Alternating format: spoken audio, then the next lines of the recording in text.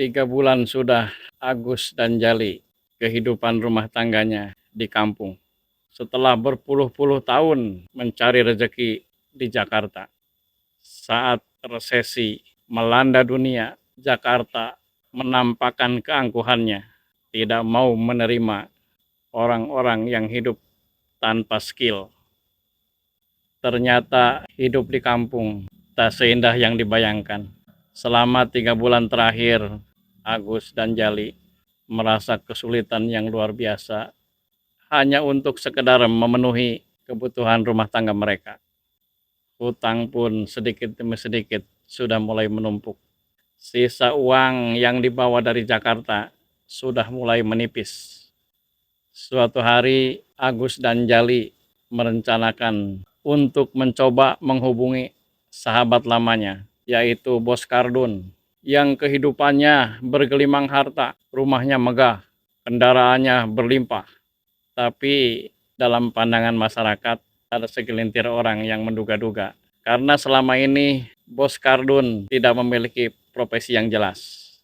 Kesehariannya hanya beraktivitas ala kadar.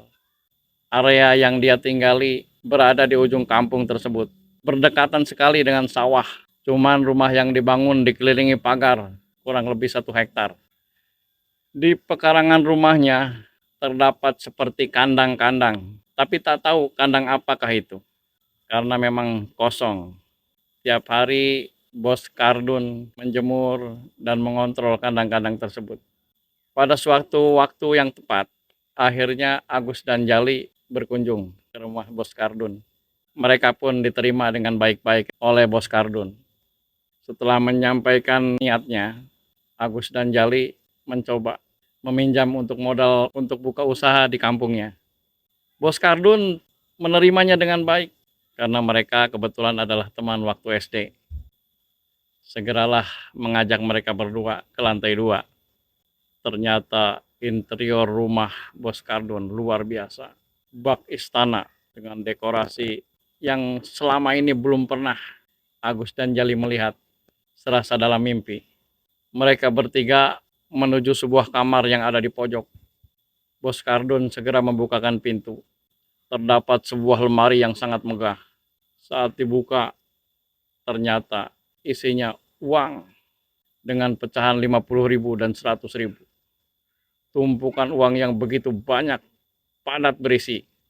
Ekspresi Agus dan Jali melongo melihat pemandangan yang selama ini belum pernah mereka lihat. Tumpukan uang yang begitu banyak. Bos Kardun ngomong, ambil sesuka kalian. Silahkan ambil aja, gak usah ragu-ragu. Agus dan Jali saling memandang. Mereka bertanya-tanya, apakah ini nyata atau cuma sekedar mimpi? Ambil, gak usah ragu. Ambil. Berapapun yang kalian perlukan ambil. Bukannya mengambil, Agus dan Jali malah terpaku. Diam 1000 bahasa. Masih tak percaya terhadap apa yang mereka lihat. Bos Kardun segera mengambil tumpukan uang itu dan dimasukkan ke dalam kantong plastik yang udah dia sediakan, tanpa dihitung terlebih dahulu. Kemudian Bos Kardun membagi 2 plastik tersebut. 1 untuk Agus dan 1 untuk Jali. Setelah keluar, Bos Kardun menyuguhkan kopi dengan singkong rebus. Mereka pun ngobrol. Le, Gus, begini ya. Itu uang ambil aja. Jangan ngomong-ngomong pinjam. Tapi kalau bisa, kalian berdua mending ikut aku. Agus dan Jali bingung. Mau ikut kemana, Bos? Dia menunjuk ke arah jendela. Lihat gunung itu.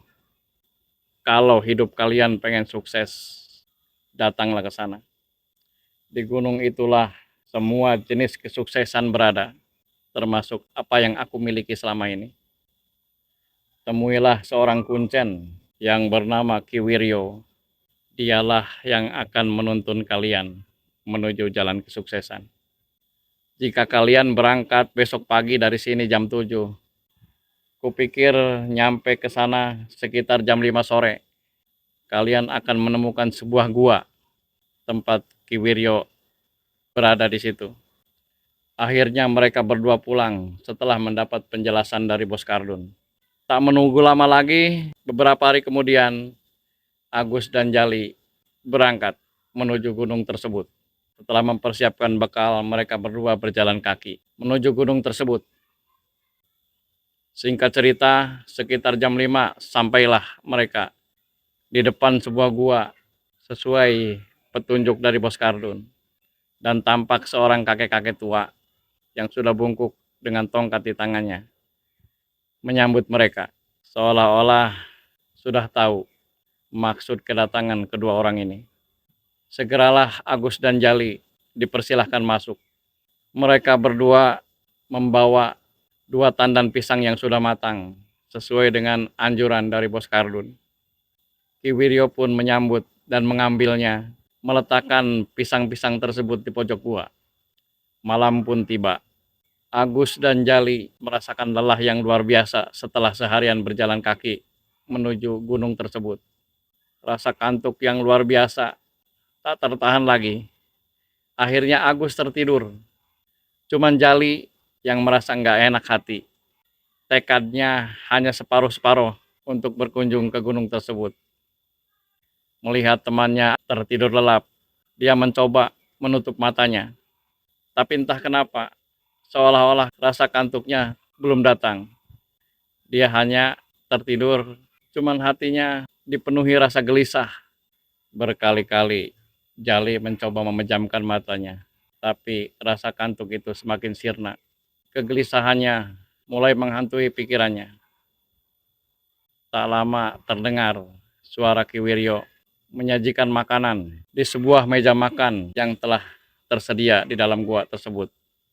Jali pura-pura tidak tahu, pura-pura tidak melihatnya. Hidangan tersebut ternyata sangat luar biasa. Bak catering yang disiapkan untuk para raja, makanan yang super lezat. Setelah membaca mantra yang tidak dimengerti oleh Jali, segera Ki Wiryo meninggalkan meja makan tersebut. Tak berapa lama terdengar suara teriakan monyet dari kejauhan. Ratusan ekor datang monyet-monyet dengan berbagai ukuran, menyerbu makanan tersebut. Cuman anehnya makanan itu tidak dihabiskan. Mereka cuman menggigit kemudian memuntahkannya. Sebagian monyet-monyet itu kencing di atas hidangan tersebut. Ada juga yang sengaja cuman meludah, diarahkan semua ke makanan-makanan tersebut.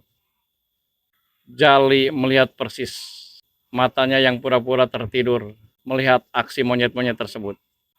Setelah sekitar setengah jam, mereka pun kembali ke tempat asalnya, meninggalkan hidangan-hidangan tadi yang sudah diinjak-injak sama monyet-monyet tersebut. Melihat peristiwa itu, sirna rasa kantuk Jali, sirna. Bahkan dalam hatinya ingin segera meninggalkan tempat tersebut. Saat pagi, Agus terbangun. Dia merasakan tidur nyenyak.